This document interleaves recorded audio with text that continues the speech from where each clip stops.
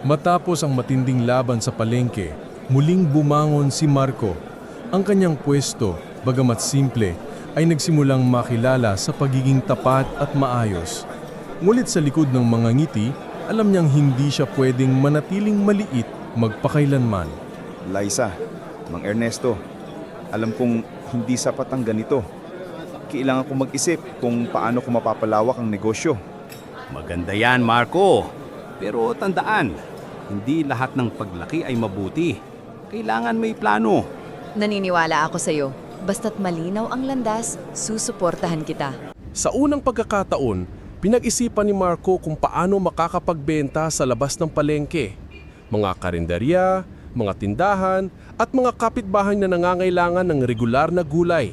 Kung makakapag-supply ako sa mga karinderya, siguradong mas marami ang kita. Hindi ko na kailangang umasa sa suki lang. Pero kailangan mo ng mas malaking puhunan at mas malaking tiwala ng mga tao. Kung tiwala ang puhunan, yan ang babayaran ko ng pawis.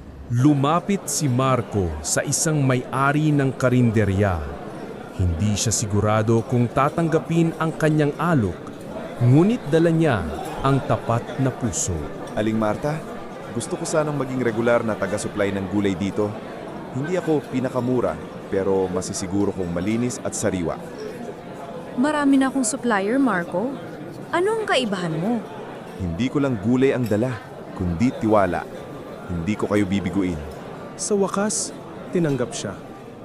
Isang maliit na hakban, ngunit sapat para magsimula ang mas malaking yugto. Hindi nagtagal, dumami ang tumanggap kay Marco. Mula isa, naging 3. At sa bawat hakbang, dumoble rin ang kanyang responsibilidad.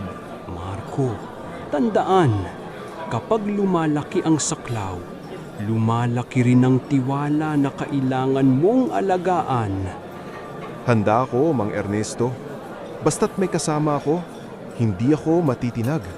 Ngunit hindi lahat masaya sa pag-angat ni Marco. Si Mario, na unti-unting nawala ng suki, ay muling nagbalak. Hindi pwedeng lumakas yan. Kung hindi natin pipigilan, tayo ang mawawala. Anong plano mo? Missy, simple lang. Wasakin ang tiwala. Ganyan nga, Marco. Ang tiwala, hindi pinapaliwanag, pinatutunayan. Habang lumalakas ang negosyo ni Marco, nagsimula ring kumalat ang mga bulong sa palengke. May mga nagsasabing hindi siya mapagkakatiwalaan, na marumi ang kanyang bulay at siya'y umaasa lamang sa awa ng suki. Ngunit ang mga chismis, alam niyang hindi basta-basta namamatay. Marco, may mga nagsasabing hindi na daw sariwa ang gulay mo. Totoo bang galing ang mga bulong-bulungan kay Mario? Alam kong siya yun. Pero kung papatulan ko, lalong lalaki. Ang sagot ko na lang, trabaho. Isang araw, may suking lumapit. Dala ang gulay na binili kahapon. Bahagyang sira at puno ng tanong ang kanyang mukha. Marco, ganito ba lagi? Akala ko ba sariwa? Pasensya na ate, hindi ko sadya. Palitan ko agad, walang dagdag bayad. Talaga? Hindi ka na nagtanong? Kung tiwala ang binili mo, tiwala rin ang kapalit. Sa simpleng kilos, napawi ang duda.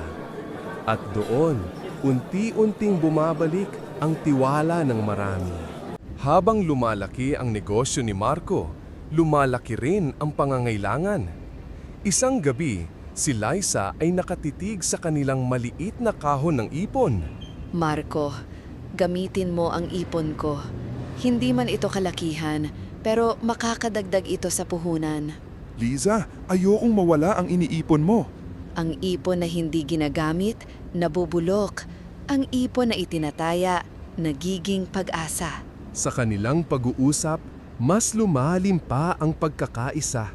Ang tiwala, hindi na lamang mula sa suki, kundi mula rin sa puso ng kasama.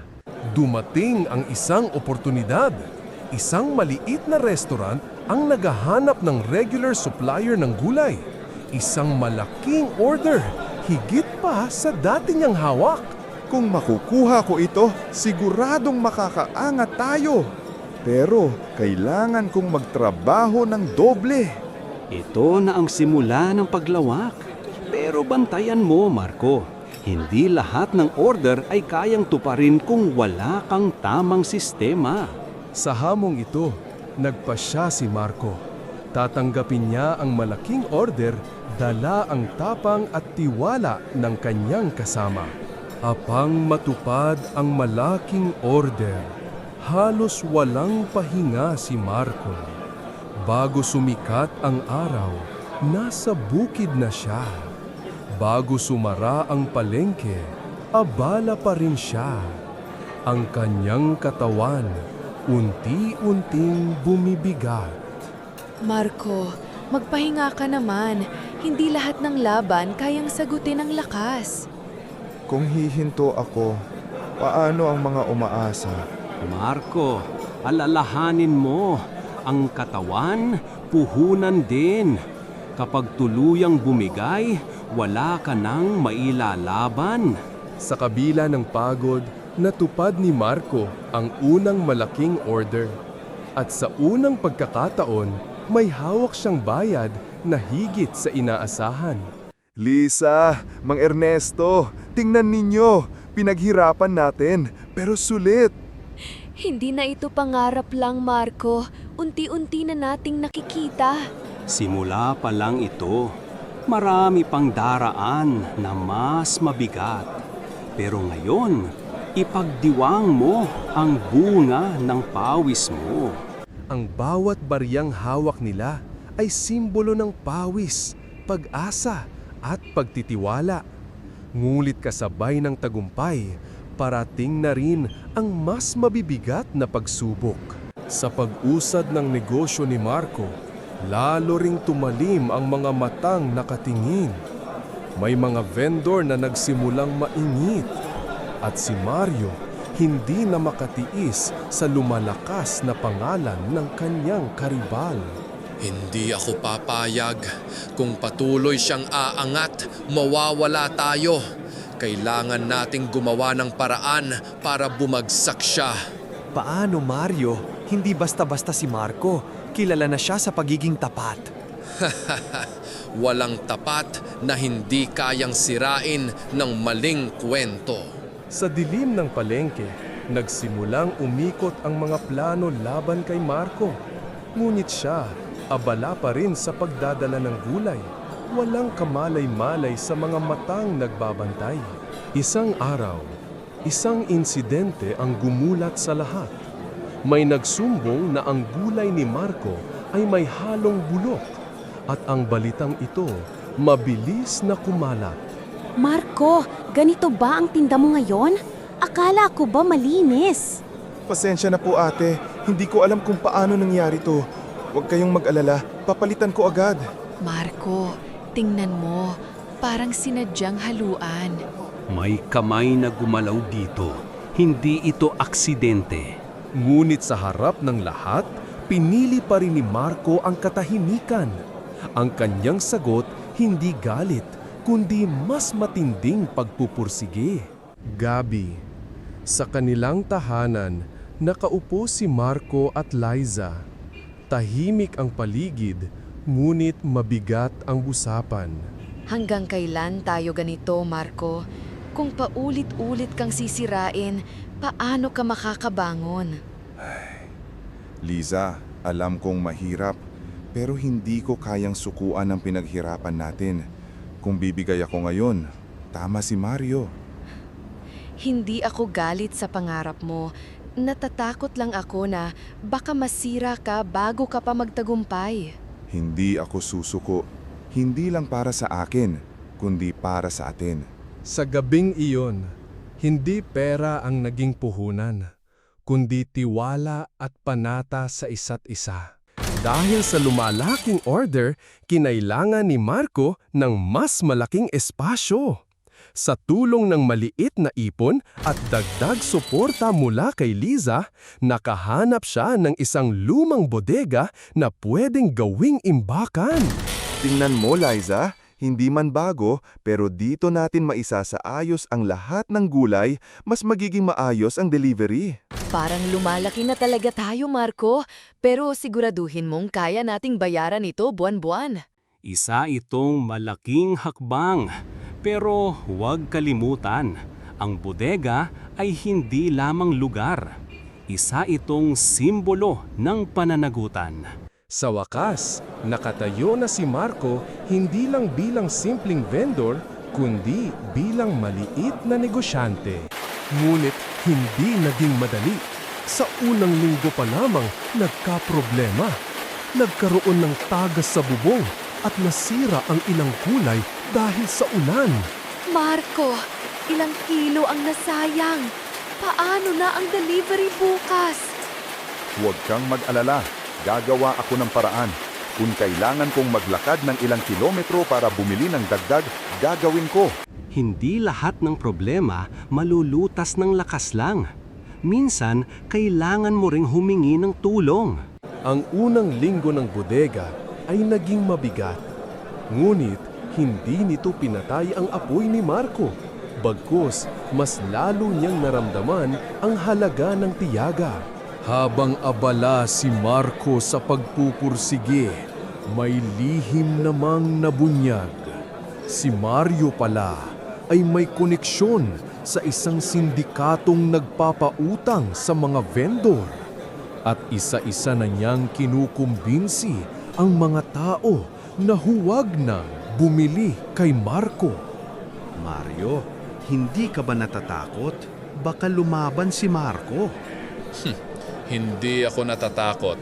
Sa mundong ito, hindi ang masipag ang nananalo, kundi ang marurunong mandaya.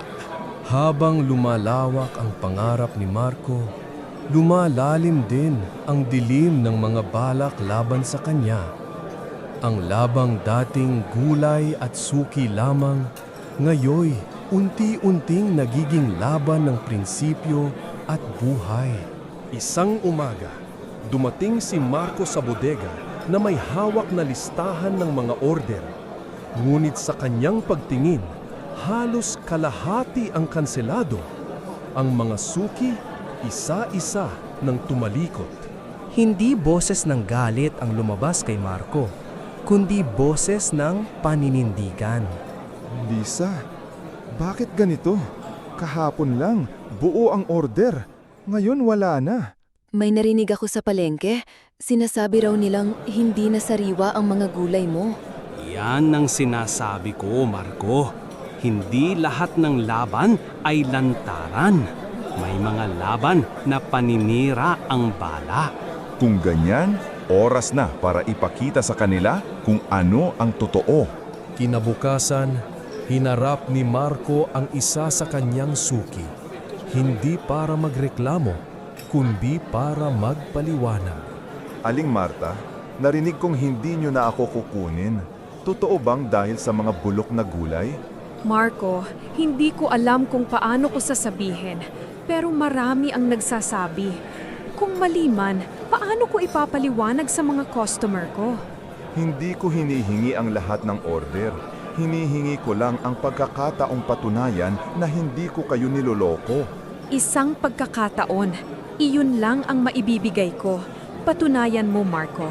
Sa bawat salita, mas malinaw kay Marco, tiwala ang tunay na puhunan at iyon ang dapat niyang ipaglaban.